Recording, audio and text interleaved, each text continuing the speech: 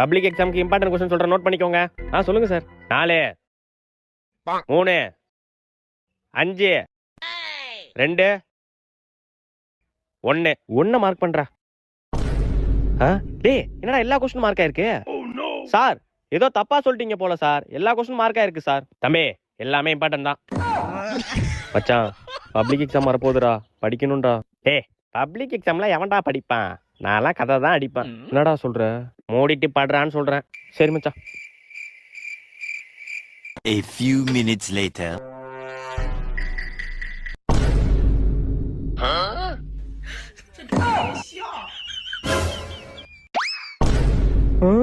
என்ன படிக்கிறான்? மச்சான் நான் படிக்கலடா, சும்மா பேஜ் நம்பர் கவுண்ட் பண்ணிட்டு இருந்தேன்டா. அடங்கொப்ப மோன. யாரை நம்புறதுனே தெரியல.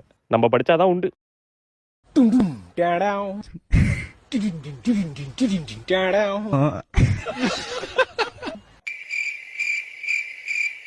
ஒழுங்கா தூங்காம கரெக்டா உட்காந்து படிக்கிறோம்.